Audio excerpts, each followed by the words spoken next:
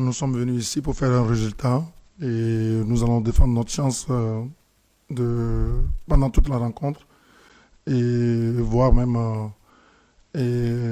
malgré les difficultés et, qu'il va y avoir dans le jeu, on est conscient que le Sénégal est à la recherche des points, ok, pour pouvoir se rapprocher un peu des équipes de tête. Mais nous sommes là pour défendre les couleurs, pour défendre les 3 points dans le match de demain. Le Sénégal, on sait en arrivant ici que l'équipe va mettre tout en œuvre pour pouvoir gagner. Il n'y aura pas une stratégie particulière, mais nous allons rester dans notre plan de jeu. Nous ferons en sorte de ramener un résultat positif à Lomé. Et je dirais aussi que le contexte aujourd'hui du football sénégalais demande que l'équipe aujourd'hui soit premier du groupe. Mais il faut reconnaître aussi que toutes les autres équipes ont progressé, toutes les autres nations aussi ont progressé. Donc, s'il faut prendre des 3 points, il faut les mériter. Parce que dès que mathématiquement nous ne sommes pas éliminés, je pense que nous sommes dans le football, et vous le savez bien que moi, que tout reste possible. Hein.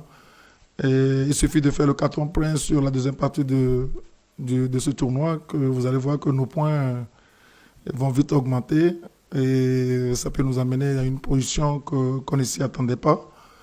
Et pour me répéter, je dirais que toutes les rencontres qui se discutent sur le continent pour arriver à avoir la première place en fonction des groupes, ce sont des rencontres fort équilibrées. Et maintenant, comme je l'ai dit, pour avoir les 3 points, il faut les mériter.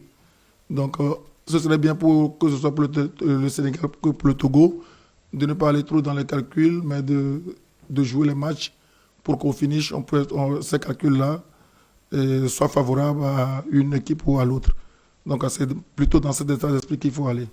Même si on sait que dans le groupe, le Sénégal est parti favori. Et aujourd'hui, vous pouvez encore vous targuer de se dire que vous avez des joueurs comme Khalidou, Sadio et plein, Idrissa Gana Gueye et tout ça, qui sont des joueurs chevronnés avec beaucoup d'expérience dans ce genre de compétition.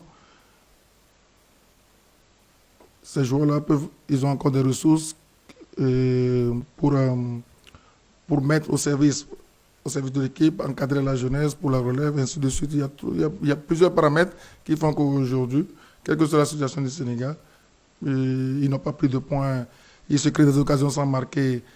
Il y a des périodes aussi comme ça. Mais si vous allez un peu dans les archives et vous regardez ce que notre équipe du Togo a produit sur les 6 matchs qu'on a joués dans les phases finales de la CAN, on s'est procuré de meilleures occasions, mais on a aussi manqué d'efficacité. C'est des périodes, ça arrive. Donc, ce n'est pas pour autant qu'on va tout jeter tout ce que le Sénégal a fait jusqu'alors. Donc, je pense qu'il faut aller dans le sens de l'encouragement de cette équipe-là pour que tout le monde puisse retrouver ses repères pour pouvoir mieux avancer.